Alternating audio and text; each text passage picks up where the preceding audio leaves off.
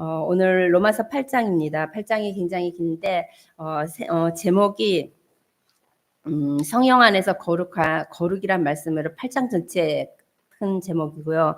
또 8장 1절에서 17절을 이제 나눠서 하는데 그 첫째가 이 1장에서 1절에서 7절의 말씀을 통해서 성령 안에서 거룩한 자, 성령 안에서 성령을 따라 사는 자의 자세입니다. 성령 안에서 거룩해졌지만 이 성령을 따라 살아가는 자, 성령 안에 있는 자가 어떤 자세로 하나님 앞에 서야 되냐 하는 말씀이 이 속에 있는데 그렇게 제목을 잡아봤습니다.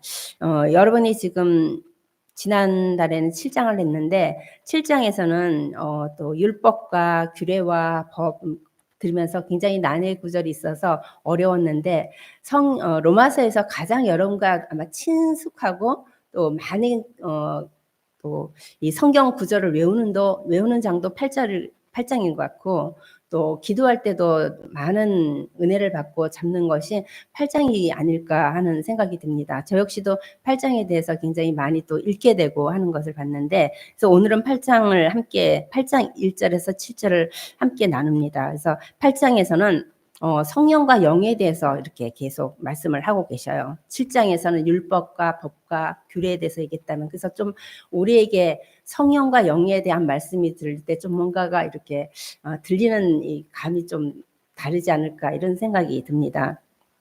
그래서 이 8장에서는 이제 그리스도의 영, 하나님의 영, 또 하나는 뭐요? 우리가 양자됨을 통해서 후사다, 또 상속자다 이것을 통해서 너희들이 성령 안에서 어떻게 하나님 백성이 어떤 자세로 살아야겠냐 하는 말씀을 주로 말씀을 하시죠. 그래서 이 성령 안에서 거룩한 된 자라는 것은 복음을 통해서 우리가 거룩하게 됐잖아요. 복음을 들으면서 성령이 생명을 얻고 성령의 하나님이 인치셨어요. 그래서 보증으로 주셨는데 그 성령을 따라 사는 사람의 자세 자체는 이제 너희가 하나님의 상속자라는 거예요. 우리는 이제 하나님을 아빠 아버지라고 부를 수 있는 자녀가 되었고 또 후사는 이렇게 아버지의 것을 물려받을 상속자라는 것을 말씀하는 거예요. 그게 15절, 16절, 17절에 말씀을 하고 있거든요. 그렇기 때문에 이 상속자는 부모에게 물려받는 재산이 있으면 좋잖아요. 감사하잖아요. 감사를 넘어서 너무 좋지. 그런데 성경은 그런 상속을 영적인 상속, 하나님 나라 상속자인데 이 상속하는데 뭐가 동반되느냐는 성령의 생각으로 인해서 이제 예수님의 고난에 동참하는 자가 되는 거예요. 그러니까 부모는 재산을 누려줘 뭐라 그래요? 나처럼 어렵게 살지 마라. 너희는 편하게 살아라. 나처럼 이렇게 늙지 마라. 나처럼 이렇게 고생하지 마라. 좋은 거 먹어라. 이렇게 하지만 하나님도 그렇죠. 그런데 이 그리스도 예수 안에서 들어오면서 우리에게 주시는 게 뭐냐? 그리스도 예수의 고난에 동참하는 자가 되어야 된다라고 말하는 거예요. 영적으로. 그래서 그 동참한다는 것이 누가복음이 어떤 의미냐면은 누가복음 9장 23절에 보면은 또 무리에게 이르시되 아무튼 나를 따르거든. 아무튼 너희들이 제자들이 나를 따라오려거든. 자기를 부인하고 날마다 제 십자가를 지고 나를 따라. 날마다 나 따라오겠냐? 그러면은 너 자신을 부인하고 또 날마다 너의 십자가를 지고 따르라고 합니다. 이게 상속자가 하나님의 후사가 예수님을 따라야 될 주 첫째예요. 그래서 신앙의 이 시작이랍니다. 그래서 갈라디아서 2장에 그거예요. 2장에 그리스도를 믿는 순간 내가 없고 내 안에 그리스도께서 사신 것이고 또 내가 그리스도 그 믿는 믿음 가운데 그 하나님의 아들을 믿는 믿음 가운데 산다고 말씀하십니다. 그래서 1절에 말씀하신 것처럼 이제 이렇게 상속자가 되고 후사가 되고 성령이 함께 계신 자는 어떠냐? 이제 그리스도 예수 안에 있는 자에게는 결코 정죄함이 없나니 결코 아무도 정죄할 수 없다는 거. 왜냐면은 이는 그리스도 예수 안에 있는 생명의 성령의 법이 죄와 사망에서 너희를 해방하였습니다. 죄에 빠졌고 또 사단에 잡혀 있고 하나님을 모르는 하나님과 원수된 자가 이제는 그 속에서 완전한 생명을 얻는가 동시에 해방됐다는 거예요. 죄에서 해방됐고 완전한 자유를 얻었다는 거죠. 이렇게 해방된 자, 이 근거가 어디냐? 죄와 사망에서 해방될 수 있는 그 근거는요. 3장 5절에 보면요. 로마서 3장 25절에서 26절을 말하는 거예요. 이 예수를 하나님이 그의 피로써 믿음으로 말미암아 화목제물로 삼으셨으니 이는 하나님께서 길이 참으시는 중에 지은 죄를 간과하시고 자기를 의롭게 나타내셨다. 예수 그리스도를 이 땅에 보내주셔가지고 그의 피로 말미암아서 화목제물이 돼서 하나님과 합평케 하는 자가 됐어요. 그렇기 때문에 이제 생명의 성령의 법으로 완전한 해방을 받은 자가 됐다는 거죠. 그래서 이 사실은 3절의 말씀대로 율법이 우리 육신으로 말미암아 연약할 수 없는 그것을 하나님은 하시나니, 율법은 우리의 연약한 죄 문제를 해결할 수 없다는 거죠. 율법으로는 구원을 받을 수 없는 거예요. 근데 하나님은 하신대요. 어떻게 하시냐? 곧 죄로 말미암아 자기 아들을 죄 있는 육신의 모양으로 보내사 육신의 죄를 정하셨다는 거예요. 자기 아들을 육신의 모양으로, 그러니까 요한복음 말씀대로 말씀이 육신이 되어서 오셔가지고 보내셔서 우리의 죄를 그가 정하셨어요. 우리의 육신의 죄를. 근데 그분이 육신으로 왔다고 그분도 죄가 있냐? 아니에요. 히브리서 4장 15절에 보면은 그는 인간의 목숨을 오르지만 그는 죄가 없다고. 우리의 연약함을 다 채우래요. 우리가 어떻게 육신의 연약함을 다 아는데 그분은 죄가 없다고 이렇게 말씀하십니다. 그래서 이 육신의 모양으로 오셨고 육신의 죄를 해결하여서 그분이 죄가 되셨어요. 그렇지만 그분은 죄가 없는 분. 그래서 율법이 할 수 없는 인간의 그 연약한 죄의 문제를 해결했다고 말씀하십니다. 그래서 육신을 따르지 않고 그 영을 따라 행하는 우리에게 율법의 요구가 이루어지게 하려 하십니다. 그러니까 육신을 따르지 않고 영을 따르는다. 하나님의 영을, 그리스도의 영을 따른 자에게 우리에게 하나님의 영의 일을 따른 자에게는 영의 일을 생각하게 하고 영적으로 살 수 있도록 하나님께서 이 일을 이루셨기 때문에 다 해결했다는 거죠. 그래서 인간이 해결할 수 없는, 인간 자신은요 아무리 몸부림쳐도 죄 문제를 해결할 수 없는 거예요. 그래서 독생자를 보내주신 거죠. 하나님의 그 선한 뜻은요, 이 율법이 정말 아까 말씀한 것처럼 율법이 인간의 연약한 그 죄에서 무능해서 아무것도 할 수 없는 건데 그리스도께서 이 땅에 오셔서 그 일을 이루셨을 뿐만 아니라 우리를 완전한 구원을 하셨다는 사실을 지금 말하고 있습니다.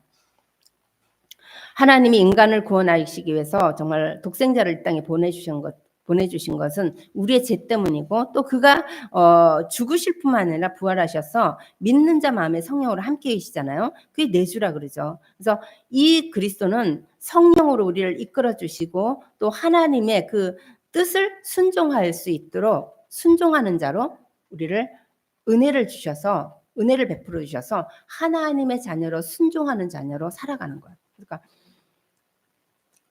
성령을 따라서 우리가 바르게 갖는 자세는 뭐냐? 새로운 생각을 갖는 거예요. 생각이 바뀌는 거예요. 옛 생각이 세상의 생각이고 육의 생각이고 나 중심의 생각이었다면 이제는요 이 생각이 새로운 생각이에요. 하나님의 자녀된, 그러니까 하나님께 순종하는 거죠. 왜 그러냐? 육신의 죄에서 해방받았고 율법에서 완전히 빠져나와서 이제 생각 자체가 완전한 자유를 얻는 거예요. 어떻게 얻었냐? 진리로. 요한복음 8장 32절에 진리를 통해서 우리가 생각이 변하고 육신의 죄 속에서 빠져나왔다는 것을 아는 거죠. 이제 진리 대신 복음이 우리 속에 올 때마다 진리가 너희를 자유케 한다고 말씀하잖아요. 그래서 이 진리를 통해서 우리는 자유할 수 있게 되는 거죠.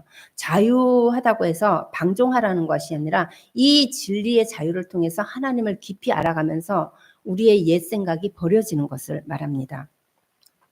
그럴 때마다 정말 자기를 부인하고 자기 십자가를 지고 갈 수 있을 것 같습니다. 그래서 바울은 우리의 구원은 우리의 노력이나 삶으로는 우리의 행위로는 결코 이루어질 수 없다고, 우리가 얻는 구원은 하나님의 선물이다. 그래서 에베소서 2장 8절의 말씀대로 하나님이 우리에게 주신 이 선물, 구원의 선물을 주셨다고 하잖아요. 그래서 이 구원의 선물은 그냥 한 번에 단번에 이렇게 예수 그리스도를 영접함으로써 선물로 구원을 받았지만 이 구원은요 날마다 우리가 영적인 습관을 쌓으면서 성령의 인도받으며 순종하는 삶을 살기를 원하는 거예요.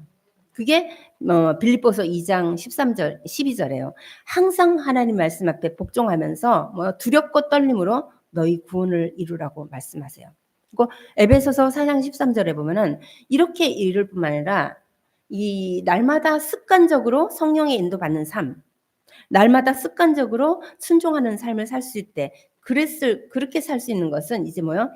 하나님이 보내신 아들을 믿는 것과 아는 것을 깊어지면서 우리가 온전한 자로 하나님의 사람으로 또요 그리스도 안에서 성장하는 이 믿음의 성장이 있어야 되는 거예요. 그 믿음의 성장이 있는 것은 우리가 똑같은 운동을 반복적으로 하다 보면 근육이 생기고 힘이 생기잖아요. 그랬듯이 영적인 습관이 그렇게 중요한 거예요. 그러니까 영적인 습관을 통해서 날마다 하나님 앞에 성령의 인도를 받고자 또 성령에 순종하는 삶을 살 수 있도록 힘을 얻는 것이 너무 중요한 것 같습니다. 그래서 이렇게 우리가 생각이 바뀌어서 순종하는 자로 살 수 있는 것은 순종하는 자의 자세를 가져야 될 것은 아까 로마서 8장 15절의 말씀대로 우리는 이제는요 15절에 보면 이렇게 말합니다. 14절에 무릇 하나님의 영으로 인도함 받은 사람은 하나님의 아들이라. 그렇기 때문에 너희는 다시 무서워하는 종의 영을 받지 아니하고 양자의 영을 받았으므로 우리가 아빠 아버지라고 부르시느니라. 이렇게 아빠 아버지라고 하나님을 아빠 아버지라고 부르실 수 있는 신분이 바뀐 거예요. 나의 영적인 부모가 생긴 거예요. 예전에는요 아빠 아버지가 아니라 마귀의 자녀였어요. 그런데 이제는 하나님을 아빠라고 부를 수 있는 이런 어마어마한 큰 신분이 우리가 완전히 영적인 소속이 바뀐 거죠. 원래 그랬어요. 원래 창세기 1장 27절에 하나님의 형상으로 지음받을 때 하나님의 자녀 관계였어요. 근데 단절됨으로 인해서 완전히 우리의 영이 죽음으로 인해서 이게 깨졌는데 이제는요 다시 그리스도를 통해서 다시 무서워하는 종의 영을 받지 아니하고 하나님의 아들이라 일컬음을 받았다고 말씀하시는 겁니다. 그럴 뿐만 아니라 성령이 친히 우리 영과 더불어 우리가 하나님의 자녀인 것을 증언하는 거예요. 그러니까 우리 자신 스스로는 육신과 이 생각으로는 내 힘으로는 내가 하나님을 알 수도 없고 내가 자녀야? 맞아? 계속 이런데 이게 아니라 성령이 우리를 가르치는 거예요. 내가 하나님의 자녀인 것을. 그래서 성경을 통해서 우리가 어디서 구원을 받았는지 구원받은 내가 어떻게 하나님을 알아가면서 하나님의 주시는 이 영적 교제를 통해서 우리가 하나님이 주시는 은혜를 받고 하나님의 주시는 축복을 받고 살아가는지 또 우리를 지으신 목적이 무엇인지를 우리의 이 세상의 지식이나 육신의 것은 알 수 없는데 우리를 인치신 성령을 통해서 계속 하나님이 알려주시는 거예요. 요한복음 14장의 말씀이 그거예요. 예수 그리스도가 이 땅에 계시면서 제자들에게 말씀을 주시면서 내가 간 후에 또 다른 보혜사를 보내주셔서 그가 그때는 생각나고 깨닫게 해주실 거다. 왜? 지금까지 예수님과 동행한 제자들이 들었던 말씀을 자기 스스로 이거를 알아갈 수 없는데 그때는 예수님이 오셔서 하신 모든 일을 끝내고 안 계실 때 승천하시고 나면은 보내실 보혜사 그 성령이 이제 모든 것을 깨닫고 생각나게 해주셔서 하나님을 더 깊이 알아가고 그리스도가 예수님이시라는 것을 알게 하는 것처럼 우리 마찬가지로 성령이 친히 우리 영과 더불어 우리 안에 있는 그리스도 하나님의 영과 더불어 우리를 하나님의 자녀인 것을 증언한다. 우리가 잠깐 실수할 수 있고 넘어질 수 있고 많은 것들이 있지만 육체를 갖고 있기 때문에 있지만 그때마다 때때마다 날마다 습관적으로 내가 하나님을 바라보고 하나님 앞에 설 때마다 성령은 우리를 붙들고 계시는 거예요. 로마서 8장 27절 우리의 연약함을 아시고 성령이 친히 간구하고 탄식한다고 말씀하시는 거예요. 우리가 기도하지도 못할 때도 우리 속에 성령이 그렇게 기도하게 하신다고 말씀하신 것처럼요. 이렇게 왜냐면은 우리는 이제 하나님의 후사고 상속자이기 때문입니다. 뭐 증빙 서류를 줘서 도장을 딱딱 찍어서 "너 나 상속자야." 이렇게 세상에 문서를 주는 게 아니라 내 안에 벌써 성령으로 인침을로 에베소서에 그냥 성령으로 인쳤다고 말씀하시잖아요. 보증으로 성령을 주셨대요. 우리가 하나님의 자녀인 것을 보증으로 아는 것이 성령이라고 말씀합니다. 근데 이것이 육신의 이 로마서 4장에 보면 8장 4절에 보면은 육신의 생각으로는요. 5절에 보면 그러네요. 육신을 따르는 자는 육신의 일을, 영을 따르는 자는 영을 생각하나니 육신의 생각은 사망이요 영의 생각은 생명과 평안이라고 말합니다. 육신의 생각은요. 하나님과 원수되는 거예요. 원수된 생각이에요. 그리고 이 육신의 생각은 빌립보서 3장의 18절에서 19절에 보면 바울이 그래요. 내가 여러 번 너에게 빌립보 교회에 눈물 흘리면서 너를 얘기한다. 그러면서 너희가 여러 사람에게 말하니 그리스도 십자가를 원수로 행하지 말라. 육신으로 살지 말라는 거예요. 십자가에서 이룬 그 그리스도의 사역이 너를 구원하고 생명 주신 그 사역을 갖고 너희가 육체의 배를 채우기 위해서 배가 신이 되어서 살겠느냐. 그렇게 살지 말라고. 그게 얘기야. 눈물을 흘리면서 바울이 얘기한다 그러잖아요. 그것은 그렇게 사는 그 마침은 멸망일 뿐만 아니라 네 배가 육신의 배가 신이라는 거야. 이 우상 숭배. 내 배 때문에 그 그리스도를 이용해서 기도하겠냐? 내 배를 채우려고 그 하나님을 잡겠느냐? 이게 종교라는 거죠. 그렇게 하지 말라는 거죠. 그거는 부끄러운 일이고 땅의 일이라고 말씀합니다.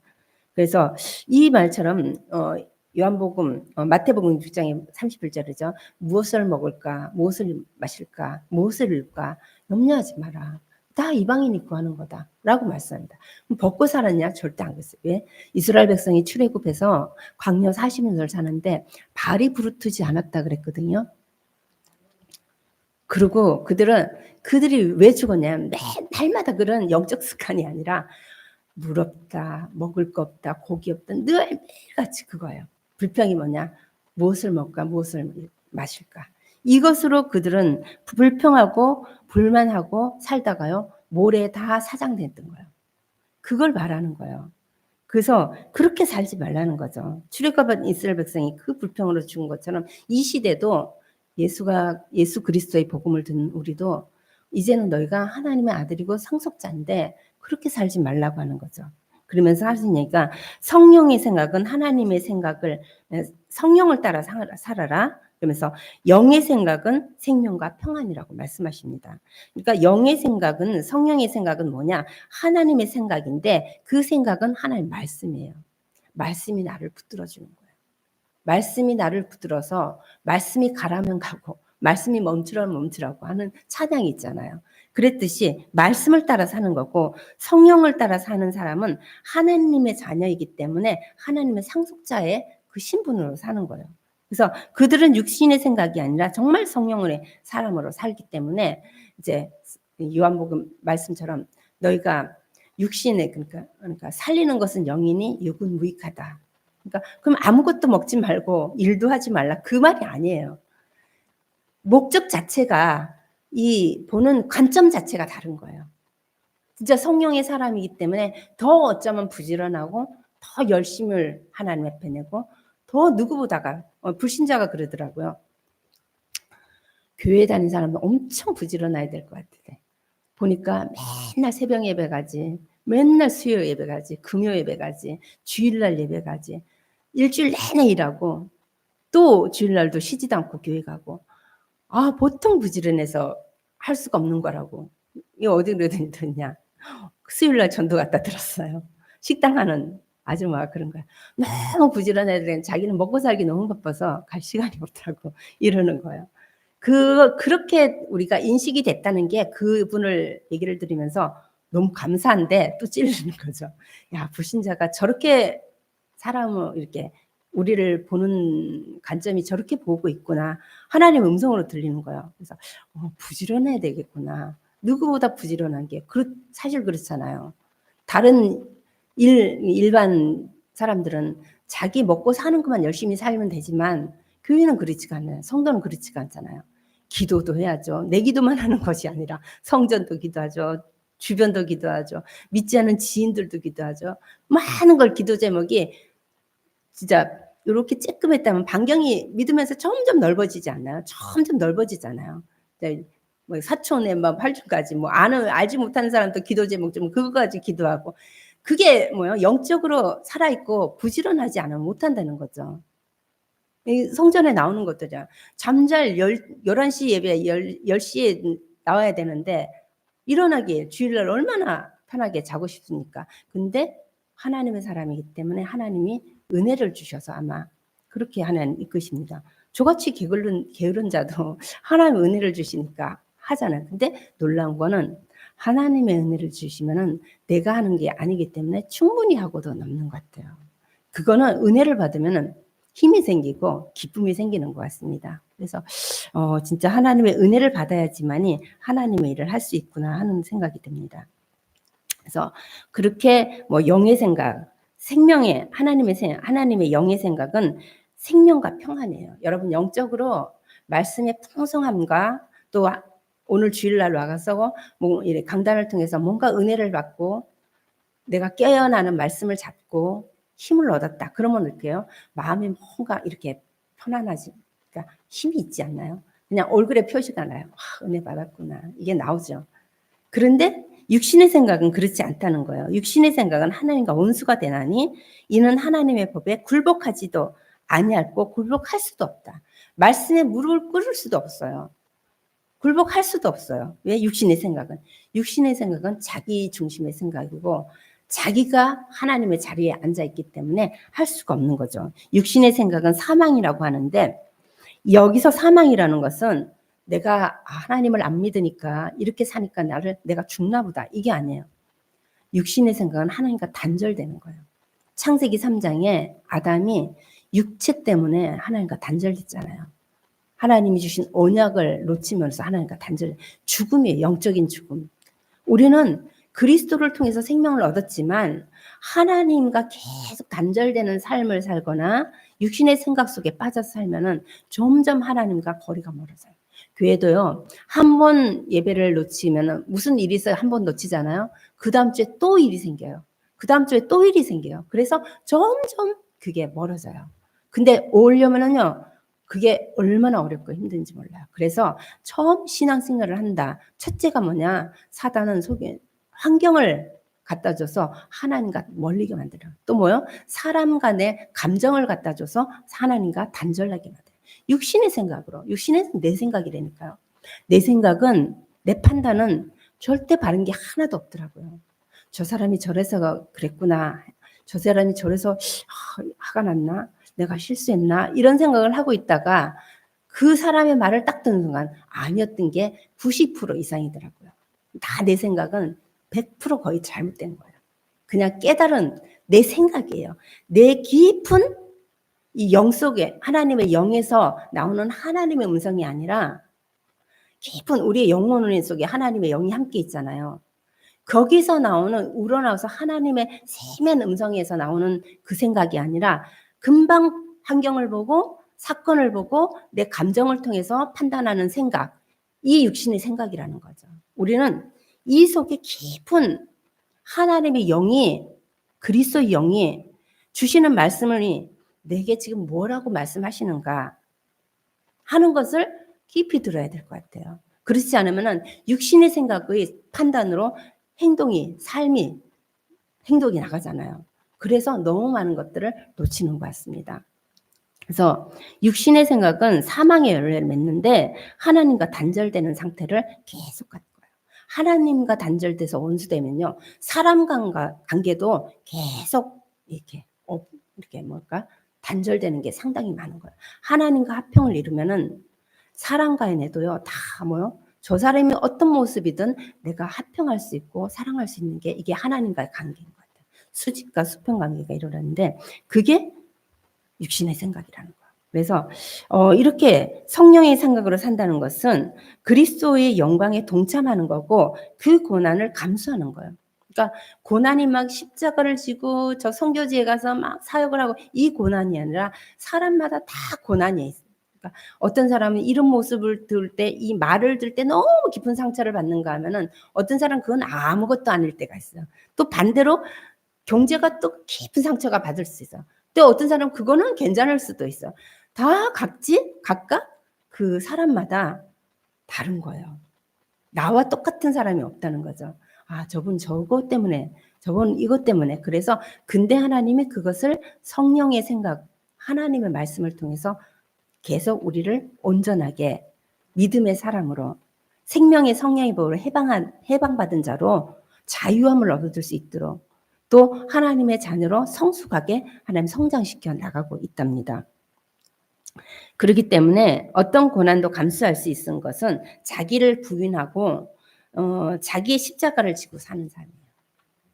그 바울이 날마다 내가 죽노라 하는 거죠. 내가 죽지 않고 내 생각이 죽지 않으면 너무 이렇게 힘든 거죠. 그래서 이렇게 살 때 무슨 환난이나 문제보다는 문제가 올 때 하나님이 주신 은혜가 크기 때문에 감당하는 거예요. 그러니까 문제가 없다는 게 아니고 문제가 안 온다는 게 아니라 어떤 문제가 올지라도 이 영으로 하나님의 것으로 계속 쌓이잖아요. 그러면 그걸 능히 일으킬 수 있는 거예요. 그리스도가 그래서 필요한 거야. 그리스도를 잡고 그리스도의 은혜를 누리고 그리스도의 복음 속에 내가 깊이 들어가서 이 속에서 계속 우러나는 그 그리스도의 그 은혜와 그 십자가의 보혈의 그 주시는 그 힘 능력이 계속 이 속에서 있다면은 충분히 그거를 사람이든 환경이든 내 지금 어려운 거든 다 넘을 수 있는 거예요. 그러니까 못 먹어서 죽는 게 아니에요. 뭐냐, 하나님의 은혜가 없어서 말씀이 없어서 죽는다는 사실이에요. 그래서 성령의 생각은 새로운 생각으로 계속 우리를 말씀이 기준돼서 사는 거예요. 여러분, 기준이 세상이 아니고 기준이 내 생각이 아니고 기준이 뭐예요? 말씀이에요. 말씀이 이 문제 속에서 말씀이 나를 뭐라고 하실까? 이 문제 속에서 말씀이 나를 지금 어떻게 위로하시지? 하나님 나에게 어떤 답을 주시지? 하고 말씀이 기준되는 거죠. 그러니까 여러분이 문제가 있을 때 무슨 사람을 찾거나 또 아니면 뭐 멘토를 찾거나 하는 것도 유익해요. 그렇지만 가장 유익한 건 나의 영원한 멘토 그리스도의 복음 대신 예수 하나님의 말씀인 것 같아요.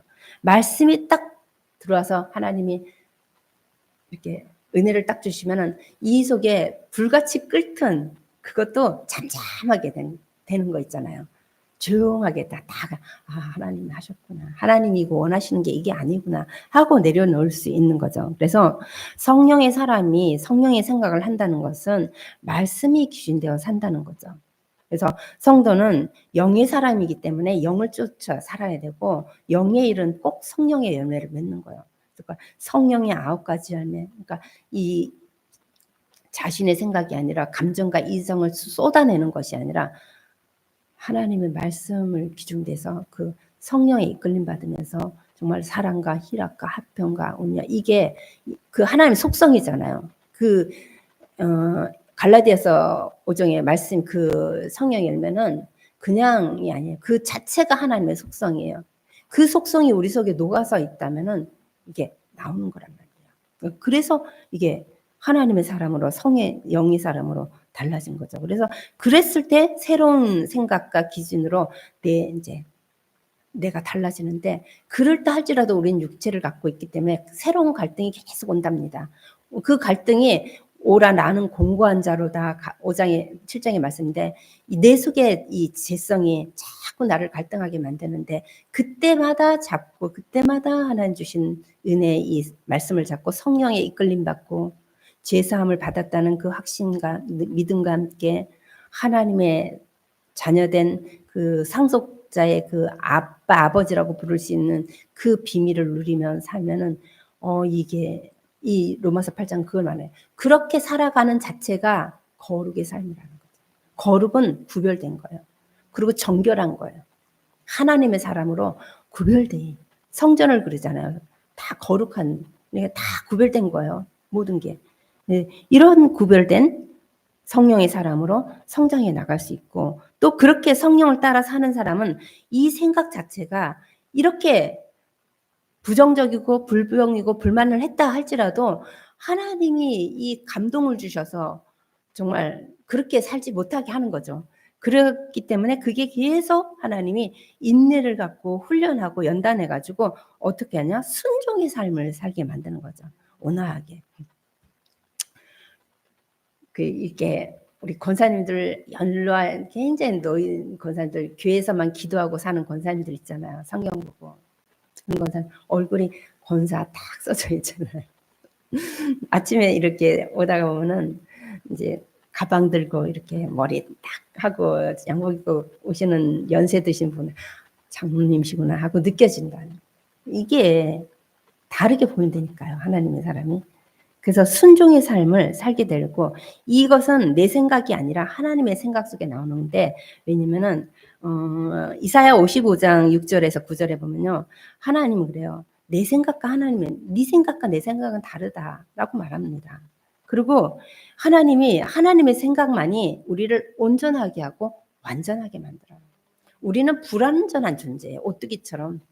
우리는 넘어져서 걸려서 넘어질, 사람의 말에도 환경에도 나 자신에게도 넘어질 일만 있는데, 이 하나님의 말씀이 기준되어서 성령의 이끌림 받으면서 계속 영적인 습관을 하나님 앞에 순종하고 살다가 보면은 이 내 생각이 얼마나 잘못됐다는 것을 또 한 번 하나님 깨닫게 하시는 거죠. 그러니까 진짜 하나님 말씀만이 나를 온전하게 하고 완전하게 하고 우리의 인생을 완벽하게 이끌으셔요. 그래서 여호와가 그러잖아요. 이사 50장에 여호와를 만날만 한 때 찾으라. 가까이 계실 때 그를 부르라. 만날만 한 때가 오늘이에요. 가까이 계시는 게 오늘이라니까요. 특별히 이 주일이라니까요, 여러분. 이 하나님이 지금 만날만 한 때 하나님을 대면하고 직면하려고 여기 부르셨어요. 그럼 만나야 돼요. 뭘로요? 말씀으로. 그리고 여러분, 하나님이 주시는, 오늘 하나님이 나에게 목사님을 통해서 하나님이 이런 말씀을 주셨구나. 많은 걸 잡는 게 아니라 딱 그거 하나 잡고 일주일을 산다는 거, 영적인 습관을 기른다는 거. 여러분 영적으로 엄청 성장하는 거죠. 그리고 또 가까이 있을 때 부르라고 말합니다. 가까이 있을 때 그를 부르라. 늘 하나님을 부르는 거예요. 하나님 찾는 거예요. 그래서 네 생각과 내 생각이 다르다. 하나님, 내 생각이 이게 맞는 것 같아요. 틀리다. 계속 하나님은 이렇게 굳어진 걸 바르게 피려고 하는데 나는 계속 굳어지고 있는 이 모습. 그래서 하나님 다르대요. 그러니까 말씀이 가라면 진짜 가고, 말씀이 멈추라는 멈추는, 이런 신앙으로 계속 이렇게 하나님 받고 가시는 겁니다. 하나님, 육신의 생각은 또한 하나님과 원수된다고 합니다. 갈라디아서 5장 24절에는요. 예수 그리스도의 사람은 육체와 함께 그 정욕이 탐심을, 육체와 정욕이 탐심, 그것을 십자가에 못 박았다 그래요. 하나님의 사람이 딱 되는 순간 예수님이 십자가에 못 박힌 그 못에 우리의 정욕도 탐심도 육체도 다 못 박는 거예요. 못 박을 때 얼마나 아파요. 왜? 그게 인생 돼서 살아난대. 근데 못 박았대요. 이게 왜냐하면 그 자체가 하나님과 원수가 되기 때문에. 그것 때문에 하나님을 주시는 은혜를 받지 못하기 때문에. 그것 때문에 하나님 앞에 더 가까이 못 가는 거예요. 나는 이걸 받아서 너무 은혜고 너무 좋다고 생각하는데 그게 너무 커서 하나님께 못 간다니까요.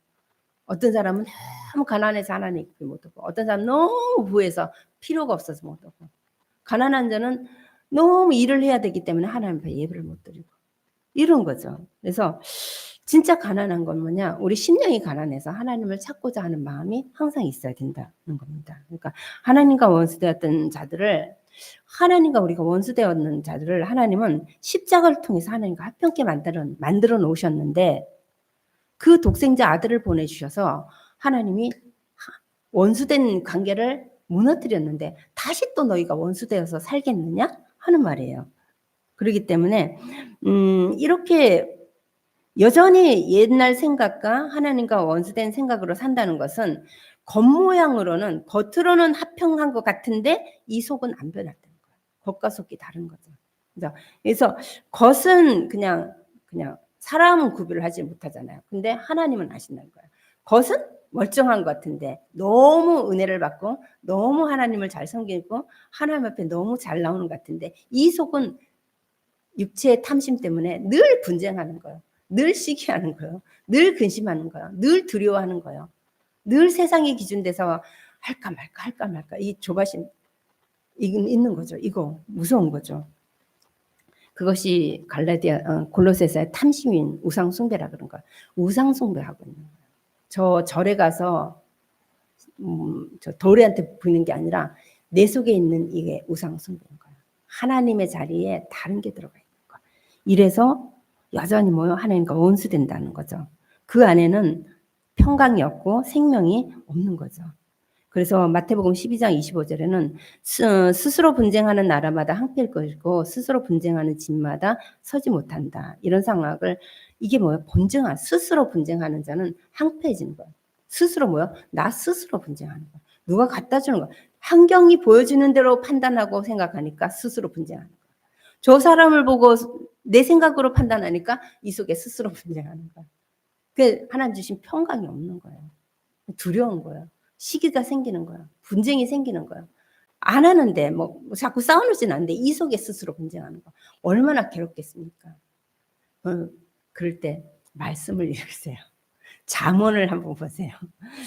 그리스도를 요즘 제가 아침에 잠언과 전도서 이걸 계속 반복하고 읽을 때마다 이렇게 어쩌면 그렇게 내 얘기를 많이 하고 있는지 하는 생각이 듭니다. 그래서 느끼는데 저희 권사님한테 권사님 잠언을 좀 읽으세요. 그랬더니 그랬습니다. 이렇게 왜냐면은 이 하나님의 말씀만이 나를 바꿀 수 있고 하나님의 말씀이 기준되었을 때만이 이것이 우리가 하나님의 사람으로 온전하게 쓸 수 있는 거예요. 왜냐면은 성경을 읽는 거예요. 그게. 히브리서 4장 12절에 하나님의 말씀은 살아서 운동력 있어요. 좌우의 날상 검 같아서 우리의 영과 혼과 관절과 골수를 찔러 쪼개요. 우리를 변화시키는 건 말씀밖에 없는 거예요. 그래서 말씀을 등한시하지 마라. 말씀을 가까이 해라. 그러니까 이 성경을 늘 습관적으로 가까이 하면서 읽으라고 말씀하십니다. 그럴 때만이 하나님의 이 판단이 맞구나, 내가 잘못했구나를 자꾸 깨달으면 되는 거죠. 하나님의 생각을 읽어내는 게 말씀 있는 거예요. 하나님이 뭐라고 하시지 하는 걸 읽어내는 게 하나님의 말씀을 읽어내는 거고 또 하나는 우리 속에 있는 하나님의 영이 나에게 지금 뭐라고 하시지 하는 것을 계속 읽어내는 거 그게 말씀을 읽는 거예요. 그래서 성령에 이끌림 받는 거는 그거예요. 그래서 이렇게 기준돼서 살아가는 거. 그래서 하나님 주시는 이 말씀을 읽고 갈 때마다 우리에게 생명을 주시고 사망의 생각에서 육신의 생각에서 우리를 그 속에 갇혀 있는 데서 정말 밧줄이 되어서 우리를 깊은 수렁에 빠진 우리를 건져내는 게 말씀입니다. 어떻게 이걸 바꿀 수 있냐? 어떻게 그렇게 할 수 있냐? 그래서 교회마다 성경 공부를 하잖아요. 많은 교회들이 진짜 성경 공부를 말해요. 아이들과 이렇게 부서별로 예전에도 우리 많이 했는데 하잖아요. 왜냐면은 이 지식으로 먼저 듣잖아요. 믿음은 들음으로써 난다고. 그리스도의 복음의 말씀을 들음으로써 계속 성장하는 거예요. 그리고 또 말씀을 적용할 수 있는 큐티도요. 요즘 보면은 굉장히 많이 해요. 많은 교회들과 이렇게 얘기를 하다가 보면은 안 하는 게 없어요. 큐티 생활을. 그러면서 다 그 큐티가 뭐냐? 주신 말씀을 나에게 적용하는 거예요. 나에게 적용해서 나를 바라보는 거예요. 그래서 내 모습을 하나님의 그 선한 생명의 말씀으로 나를 바꿔가는 게 큐티예요. 말씀이 뭐라 그러지? 하나님 나에게 뭘 원하시지? 하고 하는 게 큐티고 묵상이에요. 근데 저희는 다행히 주일마다 또 목사님 말씀 같이 나누잖아요. 그러면서 이 하나님의 말씀을 이제 읽고 하는데 이 시편에 보면은요. 시편 63편 6절에 보면 63편 6절에는요. 다윗이 말하는데 내가 나의 침상에서 주를 기억하며 새벽에 주의 말씀을 작은 소리로 읊조릴 때 하오니 주는 나의 도움이시니라. 그러니까 침상에서 주를 기억한대요. 뭐냐? 잠자기 전에 주를 기억하는 거예요. 그리고요. 새벽에 하나님의 말씀을 읊조린대요. 중얼중얼하는 거. 엘리가 칸다가 막 중얼중얼 기다리는 너 술 챘냐 그런 것처럼 하나님의 말씀을 계속 읊조리는 거예요. 그랬을 때 주님이 나의 도움이 된다는 거죠. 이게 엄청 큰 거예요. 그래서 시편 119편 11절에는 내가 주께 범죄하지 아니하려고 주의 말씀을 내 마음에 두었나이다. 우리는 육체는요, 이 죄의 결과는 죽음이잖아요. 우리 육체가 왜 죽냐? 죄성을 가진 존재이기 때문에 죽어요. 그런데 이 육체가 범죄하지 않으려면은요, 우리 깊은 영 속에는 하나님이 주신 이 영과 함께 생각 속에 말씀이 항상 있어야 되는 거예요. 그래서 이 말씀한 거예요. 내가 주께 범죄하지 아니하려고 주의 말씀을 내 마음에 두었나이다. 말씀을 마음에 둘 때 범죄하지 않는다고 말씀하시는 거예요. 그래서 성경 읽을 때 뭐야? 내 생각이 바뀌는 거예요. 바꿔야지. 안 바뀌어요. 사람은 절대 안 바뀌어요. 누가 바꿀 수 있나? 성경 말씀을 읽을 때 성경을 통해서 우리가 바뀌어 나갈 수 있는 거예요. 그 뭐냐? 하나님이 바꾸신다는 거예요. 하나님이 바꾸시는 완벽하게 재창조의 역사가 일어나는 거예요. 그래서 정말 이 말씀을 보면서 아쉬운 게 참 우리 교회는 이 말씀의 모임이나 함께 또 성경 읽는 거나 이거는 없어요. 그렇지만 또 우리 성도님들 여러분이 각자 가정에서 기도하고 또 각자 영적인 말씀을 잡고 또 이제 주어진 시간에 성경을 읽고 그러면서 성장할 줄 믿습니다. 그래서 아쉬움은 있지만 또 하나님이 또 은혜를 주셔서 그때가 언제 올지는 모르지만 이게 왜 말씀을 읽는 이 모임이나 이런 그룹을 만드냐면은 궁극적인 목적은 하나예요. 마지막에 너희 각자가 자기 현장에서 스스로 하나님 바라봐라. 이걸 위해서 하는 거예요. 훈련하는 거죠. 근데 저희는 각자 잘 알고 있어서 그렇게 안 해도 되는 것 같습니다. 목사님과 제가 좀 편하긴 하죠.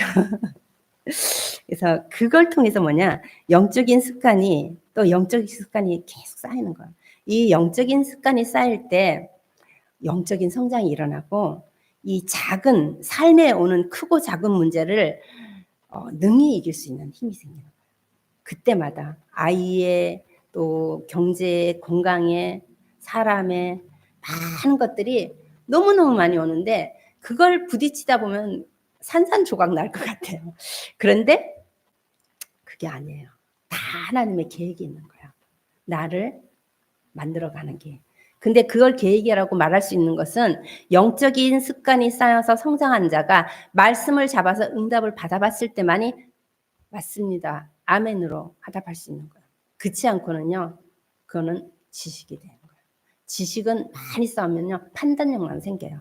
잘했다 못했다 잘했다 못했다 판단력만 생기는데 영적인 힘은 절대 없답니다. 그래서 이렇게 믿음을 선택할 수 있는 문제가 왔는데 다 대부분 그래요.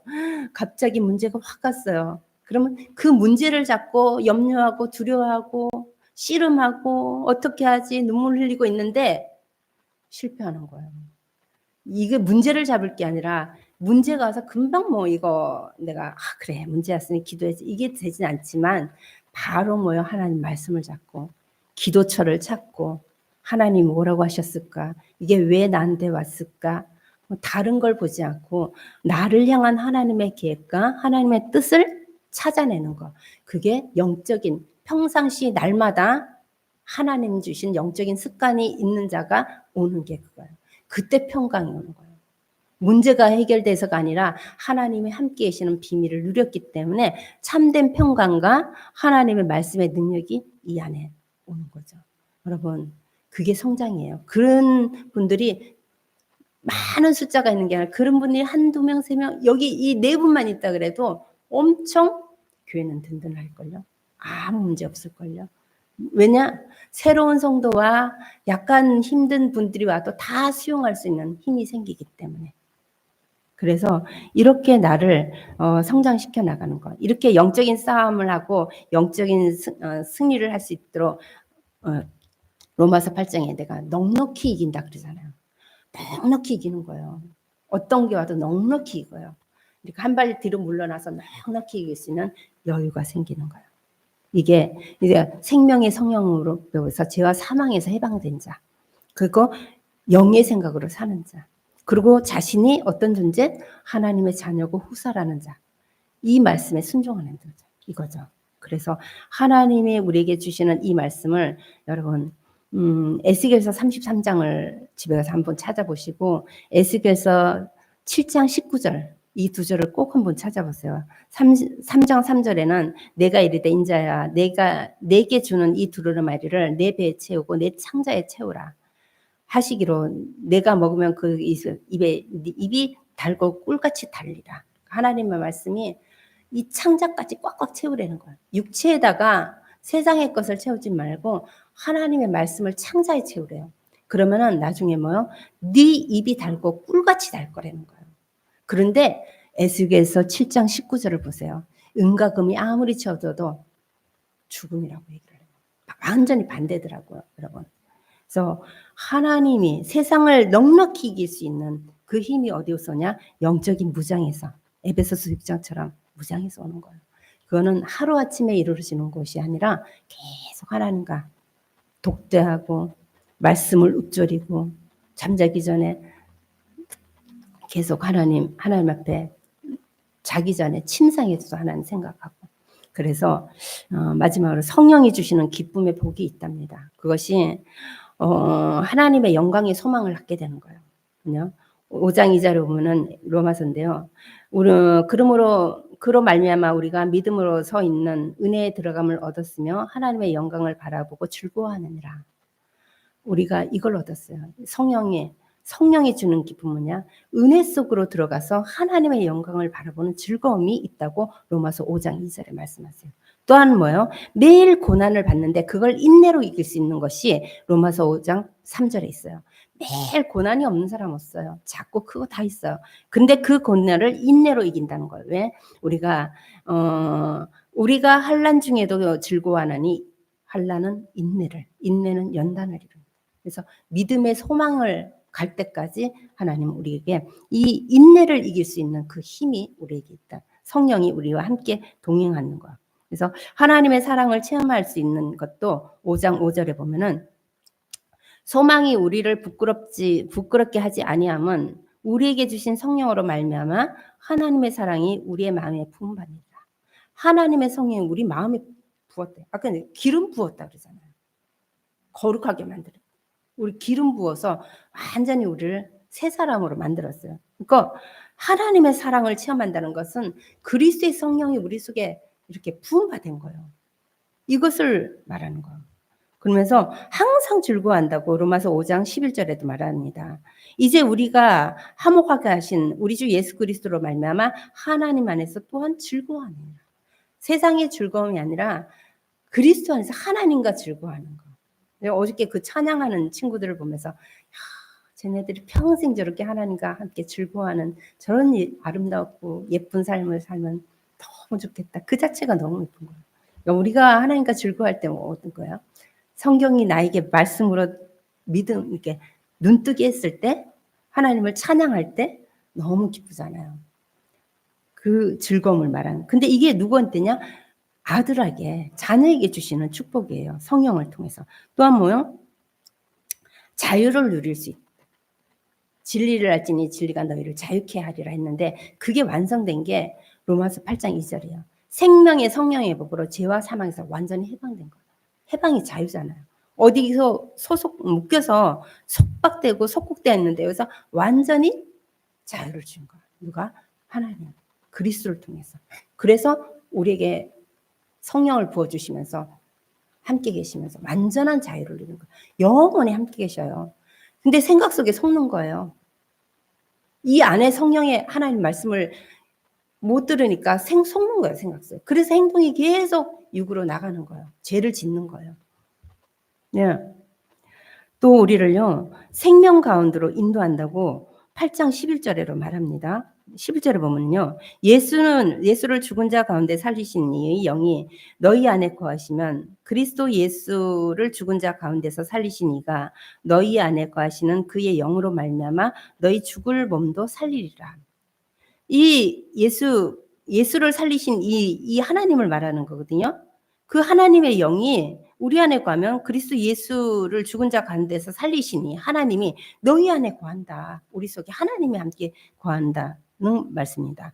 생명을 주셔서 우리 함께 하고 또 그분은 우리를 14절에 보면은 인도하신대요. 무릇 하나님의 영으로 인도하는 받는 사람은 하나님의 아들이라. 우리를 끝까지 인도하고 계시는 거예요. 근데 내가 안 믿고 모르고 착각하고 있는 거예요. 이 생각이 하나님과 동행하지 않으니까. 그러면서 또 뭐요? 친히 확신 가운데 우리를 살게 하시는데 16절이에요. 성령이 친히 우리의 영과 더불어 우리가 하나님의 자녀인 것을 증언하시나니. 성령이 친히 증거하니까 너 하나님의 자녀야. 너 그렇게 육신으로 살 존재가 아니야. 계속 성령이 말씀하시는 거예요. 성령이 우리에게. 그래서 성령만큼 확신 있는 분이 어디 있습니까? 그렇게 우리에게 함께 계시면서 확신을 주는 거죠. 그러면서 17절, 15절에 양자됐다는 것을 알려는 거예요. 성령은. 성령이 주시는 기쁨의 복이에요, 이게. 그래서 너희가 다시 무서워하는 영을 받지 아니하고 양자의 영을 받았으므로 우리가 아빠 아버지라고 부르시느니라. 구약에서는요, 하나님을 아빠 아버지라고 부를 수가 없어요. 여호와 쓸 때마다 다 그냥 이 붓을 이렇게 쓰고 했더니 씻어서 다시 쓰고 하나님을 함부로 부르지 못했어요. 근데 이게 아빠라는 게 뭐야? 우리 집에서 아빠 부를 때 얼마나 가볍게 부릅니까? 얼마나 친숙하면. 하나님을 그렇게 부를 수 있다는 것은 어마어마한 축복이랍니다. 그렇게 부르는 거죠. 이것도 뭐요? 우리를 자녀이면 또 상속자, 하나님의 상속자고 그리스도와 함께 상속자고 우리와 함께 영광을 받기 위해서 고난도 받는다. 이 고난은 영광의 고난이기 때문에 너무 힘들 것 같지만 이 고난보다 주시는 은혜가 너무 크기 때문에 고난이 고난으로 느껴지지 않을 만큼 하나님 역사를 하시는 거죠. 그러면서 말씀하십니다. 우리의 연약함을 도우신다고 로마서 8장 26절에 말씀해요. 이와 같이 성령도 우리의 연약함을 도우시나니 우리는 마땅히 기도할 바를 알지 못하나 오직 성령은 말할 수 없는 탄식으로 우리를 위해 친히 간구하신다.